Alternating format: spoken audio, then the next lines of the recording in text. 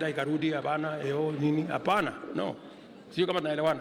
Chama, we want a strong party, and I am looking forward to members of the party in every county.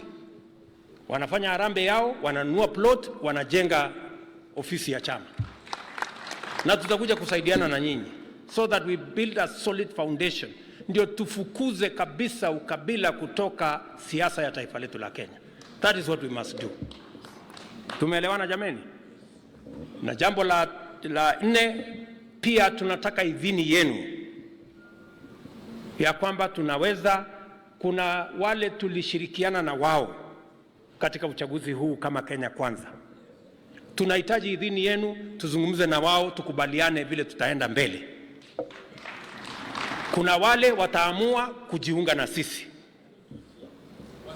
kuna wale wengine wataamua vile tutashirikiana na wao.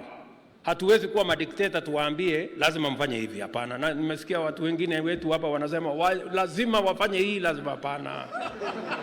Lazima hapana. Unasema tu ni vizuri. Ni vizuri kama wangeungana na sisi, si ndio? Lakini hatuwezi kusema lazima. Lakini tunataka idhini yenu, tuzungumze na wao ili tuwashawishi wale watakuja kuungana na sisi, waje tuungane, tuwe ni chama kikubwa cha kitaifa pamoja. Si ndio? Wale wengine ambao wako na maneno tutaona vile tutashirikiana na wao. Si namna hiyo? So nataka tukubaliane hivyo ndio tuweze kwenda mbele pamoja. Ya mwisho, my third assignment katika hii mkutano